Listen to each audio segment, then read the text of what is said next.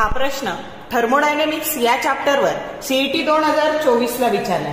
A Carnot engine works between a source and sink maintain at constant temperature T1 and T2 respectively. For efficiency to be greatest, option A, both T1 and T2 should be high. B, both T1 and T2 should be low.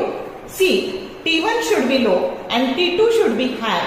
And D, T1 should be high and T2 should be low.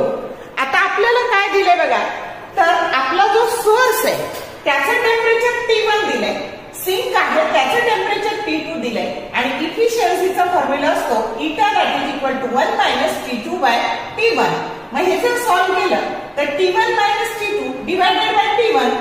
मग जर हे direct proportion आहे तर हा difference जर जास्त यायचा असेल तर T1 हे मोठं असलं पाहिजे, म्हणजे सोर्सचं टेम्परेचर हे खूप हाय असलं पाहिजे आणि सिंकचं टेम्परेचर लो असलं पाहिजे. म्हणून for greater efficiency T1 should be large and T2 should be low, की जो करेक्ट ऑप्शन डी आहे. शॉर्ट व्हिडिओ आवडले लाईक करा, शेअर करा, कमेंट करा. For more useful tips and tricks keep watching wings of physics. Thank you very much.